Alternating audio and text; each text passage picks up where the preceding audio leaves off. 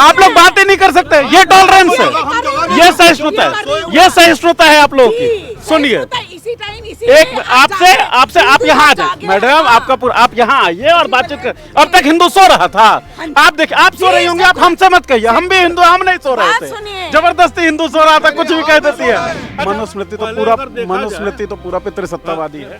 नहीं, आपने पढ़े हैं आप मनुस्मृति? हाँ, पढ़ा हूँ। कहाँ कब पढ़े हैं? कचौड़ी गली में जो चकम्भा प्रकाशन से आता है, उस मनुस्मृति को आप पढ़िए। हिंदू महासभा का स्थापना दिवस है और इस स्थापना दिवस पर एक हवन का आयोजन किया गया है। हवन का जो उद्देश्य है वो है हिंदू राष्ट्र के लिए ये हवन हो रहा है। ये जो पोस्टर है इसमें आप देख सकते हैं, लिखा हुआ है राजनीति का हिंदूकरण, हिंदुओं का सैनिकीकरण और सैनिकों का आधुनिकीकरण। अब सैनिकों का आधुनिकीकरण जो है ये सरकार की जिम्मेदारी होती है।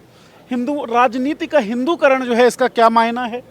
हिंदुओं का सैनिकीकरण जो है इससे हम क्या समझते हैं? क्या हिंदुओं के सैनिकीकरण से वैसा ही कोई चित्र दिखता है जिसमें हिंदुओं के हाथ में हथियार दिख रहे होते हैं, लहराते हैं, या फिर क्या वो सेल्फ डिफेंस को प्रोक्लेम करने के लिए कुछ है? क्या तमाम ये मामला है, इस बारे में बातचीत करेंगे। हिंदू महासभा के स्थापना दिवस पर हम लोग हिंदू महासभा के कार्यालय में हैं और इन लोगों से बातचीत करके आज के समारोह का उद्देश्य, ऑब्जेक्टिव, हिंदू राष्ट्र की जरूरत क्यों पड़ रही है, इन सब विषयों पर बातचीत करेंगे। हम चाहते हैं कि एक बार फिर से जो हमारा पुराना भारतवर्ष था वह वापस आए और एक बार फिर से जो अखंड हिंदू राष्ट्र पहले था वह फिर से बने। ऐसा है जी, जब हिंदू ज़्यादा, हम यहाँ पे हिंदू राष्ट्र पहले से था, ये तो हिंदू राष्ट्र ही होना चाहिए ना। हिंदू राष्ट्र पहले से कब से था? पहले से ही था। कैसे, कब था, कब, मतलब कौन से कालखंड में था ये हिंदू राष्ट्र? ये अंग्रेजों से पहले सारा हिंदू राष्ट्र था। अंग्रेजों से पहले तो मुगल थे ना। अच्छा, आप तो चैप्टर से निकाल दिया तो वैसे भी निकल जाएंगे क्या वो? नहीं, वैसे एक बात बताओ, अगर ये हिंदू राष्ट्र हो जाता है इसमें क्या प्रॉब्लम है? हम हिंदुओं की जनसंख्या भी तो ज्यादा है यहाँ पे। जनसंख्या से ही सारा निर्णय लिया जाएगा क्या? आप ये बताइए, जब हमारी यहाँ से जो है हर जगह हिस्सेदारी जो कि तू है, और हमारा ये हिंदू राष्ट्र था पहले से, और हिंदू राष्ट्र हो जाए तो क्या दिक्कत है? हम वही तो कह रहे हैं, ये जैसे कह रहे हैं हिंदू राष्ट्र था पहले से, अब मेरठ से हैं। हिंदू राष्ट्र कब से था? हिंदू राष्ट्र तो कभी था नहीं है। तो हिंदू राष्ट्र नहीं था तो फिर हम कहाँ जाएंगे बताओ? दिक्कत क्या आ रही है कि नया डिमांड क्यों चाहिए? अब देखिए, मेरा नाम नीरज है, नीरज नाम से मेरे तमाम काम जो है वो हो रहे हैं, तो मैं अपना नाम क्यों बदलूं? मैं बताता हूँ। हमारा भारतवर्ष हिंदू राष्ट्र था, हिंदू राष्ट्र है और हिंदू राष्ट्र रहेगा। और यही सवाल मैं पहले पूछा कि हिंदू राष्ट्र जो था ये किस कालखंड में था? अब तक तो कोई दिखता नहीं है। जब से भारतवर्ष, जब से इस पृथ्वी का सृजन हुआ है, जब से इन धरती पर जीव उत्पत्ति हुई है। हमारा जो सनातन धर्म है सबसे पुराना धर्म है, इसके तथ्य मौजूद हैं, इसकी हर प्रमाण मौजूद है। भारत में रहने वाला हर नागरिक हिंदू है, इसलिए हिंदू राष्ट्र की स्थापना की बात हम लोग कर रहे हैं। पहले तो एक बात बताइए, हिंदू राष्ट्र के लिए आप बड़ा पूछ रहे थे कि हिंदू राष्ट्र तब से है जब से सूर्योदय हो रहा है। अब आप मानेंगे कि नहीं मानेंगे? हम तो नहीं, आप बताएंगे। अग्नि का रूप हिंदू राष्ट्र है। अच्छा, वो कैसे? कैसे? अग्नि तो क्रिश्चियंस के लिए भी जलता है। सुनिए, क्रिश्चियन के लिए चलता है लेकिन वो उसका रूप नहीं जानते। आप नहीं मानते, आप नहीं मानते। इसे हिंदू राष्ट्र रहने में, मेरे भारतवर्ष को हिंदू राष्ट्र रहने में, मतलब सेकुलरिज्म का कीड़ा काट चुके लोगों को क्या आपत्ति है? तो हिंदू राष्ट्र इसलिए बनाना जरूरी है क्योंकि इस देश के हिंदुओं की सुरक्षा के लिए भारत की पहचान जो है हिंदुओं से है और भारतीय संस्कृति से। तो इस संस्कृति की सुरक्षा के लिए भारत की पहचान मुस्लिमों से नहीं है। यहाँ पे हिंदुओं को क्या सुरक्षा हो रही है देश में? आप देखिए ना, केरल में क्या स्थिति है, पाकिस्तान अपना कश्मीर में क्या स्थिति, बंगाल में क्या स्थिति है। जो भी मुस्लिम एरिया है वहाँ पर हिंदू अल्पसंख्यक हो गए। कैसे हो गए? भारत के ही 200 जनपदों में हिंदू अल्पसंख्यक हैं, कैसे हो गए? ये सोर्स कहाँ से आया है आपके पास? ये स्रोत आप पढ़िए। आपके पास है कहीं से कि व्हाट्सएप पे आता है तो हमको भी नहीं, रियल में। अच्छा, हाँ, हम आपको पढ़वा सकते हैं, ऐसी बात नहीं। भेजिएगा हम। हाँ, जरूर भेजेंगे। आप नंबर देना, हम आपको देंगे, और चाहना तो कई पुस्तकें और भेज देंगे। आप नहीं मानते। ये तो अब जो है जो जिस भी तरीके से दुनिया चल रही है उस तरीके में फिर पुरानी सदी की तरफ हम लोग का पहिया जाएगा क्या? 100% जाएगा नहीं, जा रहा है। मतलब हम आगे नहीं जाएंगे, पीछे जाएंगे। आप नहीं मानते। मुझे वो कालखंड अब तक नहीं समझ में आ रहा है जब ये हिंदू राष्ट्र था पूरी तरीके से, ना वो आप बता पाए हैं। देखिए डेफिनेट तौर पे ना कोई बता पाया है। आप कैसी बात कर रहे हैं? आप नहीं सुनिए, नहीं मैं नहीं कह रहा हूं। आप इसका मतलब ये है कि 1947 राष्ट्र से बड़ा कोई होता है? हमारे राष्ट्र की उत्पत्ति तो धरती की उत्पत्ति के साथ हुई है, हमारी संस्कृति की उत्पत्ति तो धरती की उत्पत्ति के साथ। संस्कार अपनाओ, संस्कृति बचाओ। संस्कृति ही व्यक्ति के व्यक्तित्व का श्रृंगार है। अगर संस्कृति नहीं होगी तो हमारे राष्ट्र और धर्म की बात तो बहुत पीछे चली जाती है। आप नहीं मानते। दो बड़े नेताओं ने, जिन्ना और स्वर्गीय नेहरू जी ने आपस में गठबंधन करके कि एक का प्रधानमंत्री आधे हिस्से का तू प्रधानमंत्री बन, आधे हिस्से का मैं प्रधानमंत्री बनूं, जिस जनता को मरना है मरे। आप नहीं मानते। अगर हिंदुस्तान पाकिस्तान का बंटवारा धर्म के आधार पर किया जा रहा है तो क्यों मेरा भारत हिंदू राष्ट्र नहीं है? धर्म के आधार पे पाकिस्तान का निर्माण हुआ और देश का निर्माण, दोबारा जो मैं बात कर रहा हूँ। आप नहीं मानते। मुगलों के पहले जो अंग्रेज आए, मुगलों से पहले अंग्रेज आए थे, बाद में फिर मुगल तब तो सभी लोग एक थे। मुगल जब आए तो अंग्रेज नहीं थे। अंग्रेज आए, यहाँ लड़ जगह कब्जा किए, इसके बाद मुगल उनको समर्थन दिए। आप नहीं मानते। हिंदुओं की लगातार जनसंख्या घटते जा रही है। आपके पास यहाँ लव जिहाद है, यहाँ हिंदू महिलाओं को शिकार बनाया जा रहा है। तो ये सब से बचाने के लिए हिंदू राष्ट्र की आवश्यकता। जो वेद और सनातन का जो नियम है, संविधान के नियमों से क्या अलग होगा उसमें? संविधान पर तो चलेंगे, वेद से ही संविधान लिया गया है। इसका भी सोर्स मैं पूछूंगा, सोर्स आपके पास होगा नहीं सर? सोर्स आपको लिखित में है, चलिए आप जब उसको पढ़ेंगे सब आपको लिखित में आएगा। आपसे मैं लूंगा भी ये लिखित में। बिल्कुल, मैं आप सुनिएगा, इसके लिए आप मुझे समय दे सकते हैं, मैं आपको लिखित में तो आप शाम तक हमको व्हाट्सएप कर देंगे, वैसे भी व्हाट्सएप यूनिवर्सिटी का जमाना है। करूंगा मैं आपको बिल्कुल हर चीज आपको लिखित में और संवैधानिक दायरे में दूंगा। संवैधानिक दायरे में सब चीज लिखित में दूंगा। मनुस्मृति के आधार पर जो चलेगा, मनुस्मृति में जो नियम है उसी को हम मानते हैं, उसी पर चलाएंगे। मतलब मनुस्मृति में वर्णाश्रम है तो वर्णाश्रम होगा। हाँ एकदम होगा। मनुस्मृति में पुरुष ऊंचे स्त्रियां नीची हैं, वो होगा। एकदम होगा। मतलब पुरुष ऊंचे रहेंगे, स्त्रियां, मतलब पितृसत्तात्मक सत्ता जो होगी वो होगी। एकदम होगा। ठीक है। तो हिंदू राष्ट्र की डिमांड को लेकर, हिंदू राष्ट्र की डिमांड की बात नहीं है, पहले से ही हिंदू राष्ट्र था, हिंदू राष्ट्र रहेगा और हिंदू राष्ट्र है। ठीक है, हिंदू राष्ट्र की डिमांड को लेकर हवन हुआ, जिसमें इनका कहना यह है कि हिंदू राष्ट्र पहले से ही था, है और रहेगा। क्यों संविधान में इस तरह के एमेंडमेंट किए गए पूर्वकालिक सरकारों ने कि गीता और रामायण का पाठ करने पर बैन है? कहाँ पे बैन है? मतलब कुछ भी आप कैसे कह रहे हैं? सुनिएगा, मैं आपको ये बाकायदा संविधान में, कानून में है। बल्कि देखिए फिर से क्योंकि आप लोग समाज से जुड़े व्यक्ति हैं और सामाजिक कार्यक्रमों में लगे रहते हैं, आप लोगों से ही हमारे पास भी इनपुट आएगा। आप जो बात कह रहे हैं कि गीता और रामायण पे बैन है, ये हमको कहीं नहीं दिखा। अगर आपको दिखा है तो आप बताइएगा। बल्कि जो मुझे दिखा है कि भाई नमाज पढ़ते हुए लोगों को इस वक्त प्रताड़ित भी किया गया, नमाज नहीं पढ़ने दिया गया। आपके यूपी की ही खबरें हैं ये, है ना। आपके गुड़गांव की खबर ये है कि जो लोग नमाज पढ़ रहे थे उनको हटाया गया कि नमाज नहीं पढ़ सकते हैं पब्लिक में। तो ये तमाम चीजें जो दिख रही है सबको, है ना। नहीं यूपी, मैं एक आपसे भी जवाब लूंगा। मेरठ के अंदर निजी जगह पे नमाज पढ़ रहे थे, उससे भी हटाया गया। इसका बड़े आपको उससे जवाब देता हूँ। सुनिएगा भाई साहब, मेरी बात सुनिएगा। केवल हिंदू धर्म या सनातन ही एक ऐसी संस्कृति है, हम भगवान सूर्य को भी पूछते हैं, पेड़ को भी पूछते हैं, पहाड़ों को भी पूछते हैं और धरती को भी पूछते हैं, नदियों को पूछते हैं, हम पीर को भी पूछते हैं, हम पैगंबर को भी पूछते हैं, हम ईश्वर अल्लाह एक बताते हैं। क्यों? सड़क के बीच में अगर अतिक्रमण हो रहा है, अगर हमने उसका विरोध कर दिया तो उसमें कौन सा बुरी बात है? आप नहीं मानते। तो अब क्या आप बताइएगा, आप अगर नमाज पढ़ने की सड़क पे इजाजत देंगे और मैं हनुमान चालीसा, मैं तो कह रहा हूँ यूपी में जो खबर आई है निजी जगह पे भी पढ़ रहे थे, उससे भी कहा कि शांति बने, ये तो खबर है। सुनिएगा, अब उसका भी मैं बता दे सकता हूँ। आज मेरे उत्तर प्रदेश में, क्योंकि मैं मूल रूप से उत्तर प्रदेश का निवासी हूं और हिंदू महासभा का, अखिल भारत हिंदू महासभा का उत्तर प्रदेश के महामंत्री का दायित्व मुझे मेरे केंद्रीय नेतृत्व ने दिया हुआ है।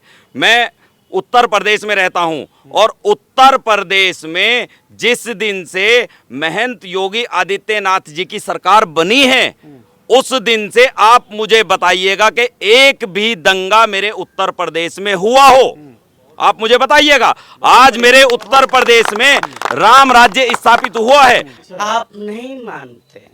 आपने जो बात कही कि दंगे नहीं हुए हैं, जो फैक्ट्स बताते हैं, जो तथ्य बताते हैं, वो ये है कि मॉब लिंचिंग्स बहुत बढ़ी है। मॉब लिंचिंग से आपका मतलब पता होगा, है ना, कि भीड़ जो हत्याएं करती हैं, कभी गौरक्षा के नाम पर, कभी किसी नाम पर, कभी किसी नाम पर। दूसरी बात कि जय श्री राम का जो नारा है, ये नारा एक धार्मिक नारा होता था, आस्तिक नारा है, ठीक है, लेकिन इसको जो है राजनीतिक नारे के रूप से प्रयोग किया जाने लगा, है ना, ये एक तथ्य है। और ये सब कुछ आदित्यनाथ जब सीएम बने या फिर मोदी जब पीएम बने, उसके बाद तो क्या है, राजनीतिक रूप से नहीं, सामाजिक रूप से मैं जोड़ना चाहूंगा। पिछले कुछ सालों में मॉब लिंचिंग क्यों बढ़ी, पिछले कुछ सालों में जय श्री राम के नारे का चरित्र क्यों बदल गया, सिया राम की जगह जय श्री राम कहने लगे, जय श्री राम जो धार्मिक नारा होना चाहिए था उसको राजनीतिक नारा क्यों बना दिया गया, ये सवाल।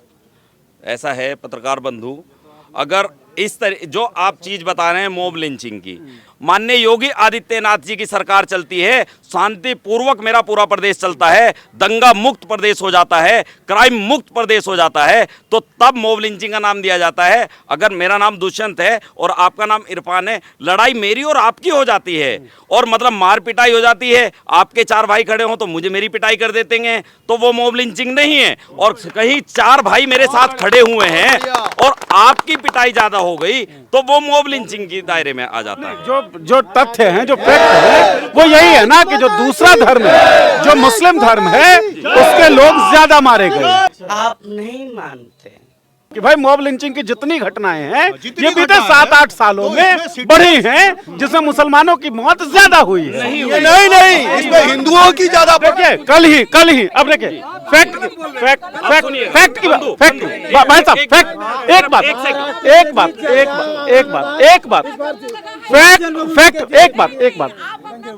आप आ जाए माइक पे बोले मैडम, फैक्ट की बात, एक बार फैक्ट की। महाराष्ट्र में देखिए, मैं बम्बई में नौकरी करता रहा जिंदगी भर, वहां पर छोटी सी ये हो गई, आजाद मैदान का पूरा जितना है स्तंभ वगैरह था, जितनी मूर्तियां थी सब तोड़ी गई। वहां पे 1.5 लाख 1.5 लाख मुस्लिम जाकर पहुंच गए, सब कुछ तोड़ ताड़ दिए। सवाल तो सुनिए, मॉब लिंचिंग की बात जो कर रहे थे, मॉब लिंचिंग की बात जो कर रहे थे, देखिए वो तमाम घटनाएं हैं उस पर। मॉब लिंचिंग की जो बात कर रहे थे 2016 में, 2000 मैं समझने के लिए नहीं, मैं दिखाने के लिए आया हूँ। 2016 में, मैम आप यहाँ आ जाइए और फिर बात करें। सन 2000 आप लोग बातें नहीं कर सकते, ये टॉलरेंस है, ये सहिष्णुता है, ये सहिष्णुता है आप लोगों की। सुनिए, एक आपसे आप यहाँ आ जाए मैडम, आप यहाँ आइए और बातचीत कर। अब तक हिंदू सो रहा था, आप देखिए, आप सो रही होंगी, आप हमसे मत कहिए, हम भी हिंदू, हम नहीं सो रहे थे, जबरदस्ती हिंदू सो रहा था, कुछ भी कह देती है। अच्छा हमारा सवाल सुनिए मैडम, सवाल नहीं, हम प्रेजेंट करने नहीं, आप इंटरव्यू के तरीके से, हाँ तभी मैं कह रहा हूँ, सवाल जो है हम सवाल जो है, सवाल की बात कर रहे हैं हम।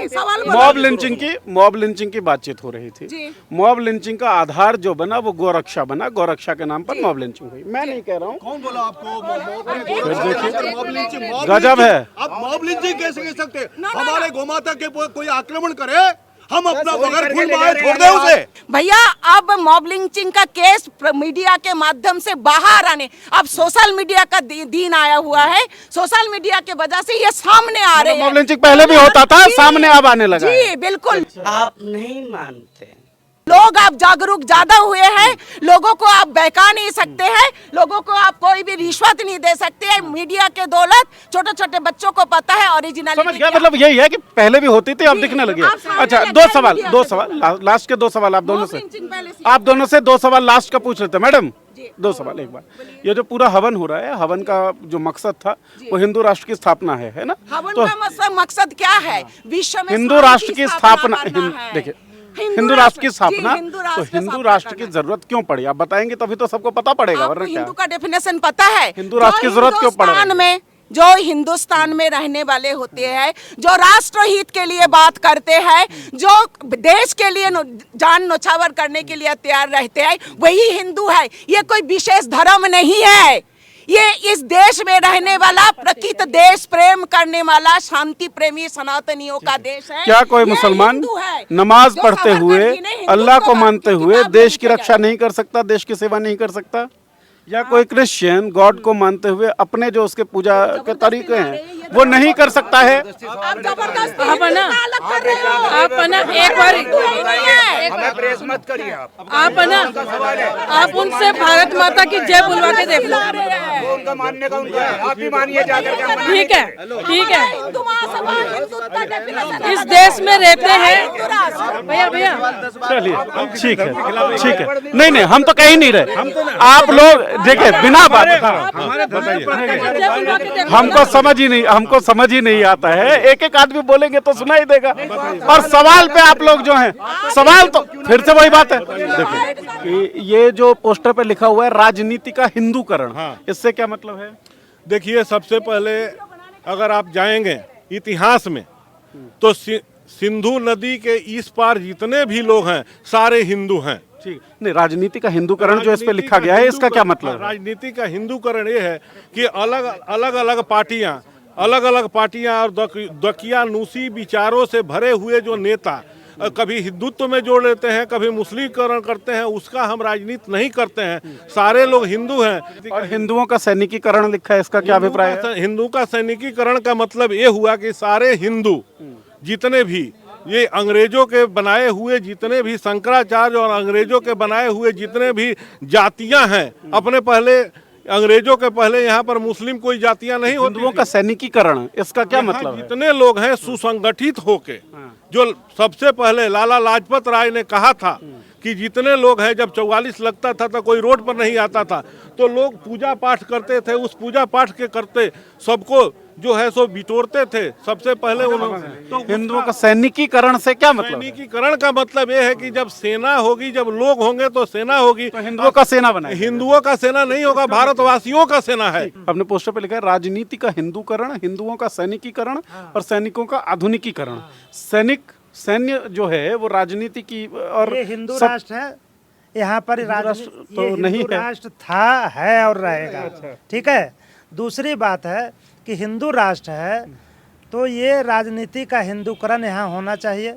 मतलब राजनीति पर हिंदुओं का वर्चस्व हो। वो तो अब भी है ही सर, कैबिनेट में एक भी मिनिस्टर मुस्लिम नहीं है। दूसरा आपने कहा हिंदुओं का सैनिकीकरण। अगर हमारे सैनिक मजबूत नहीं होंगे, अगर देश के युवा भारी संख्या में सेना में शामिल नहीं होंगे, तो हम कैसे विश्वगुरु बनेंगे? हाँ, जितने भी सैनिक हैं तो सब हिंदू ही।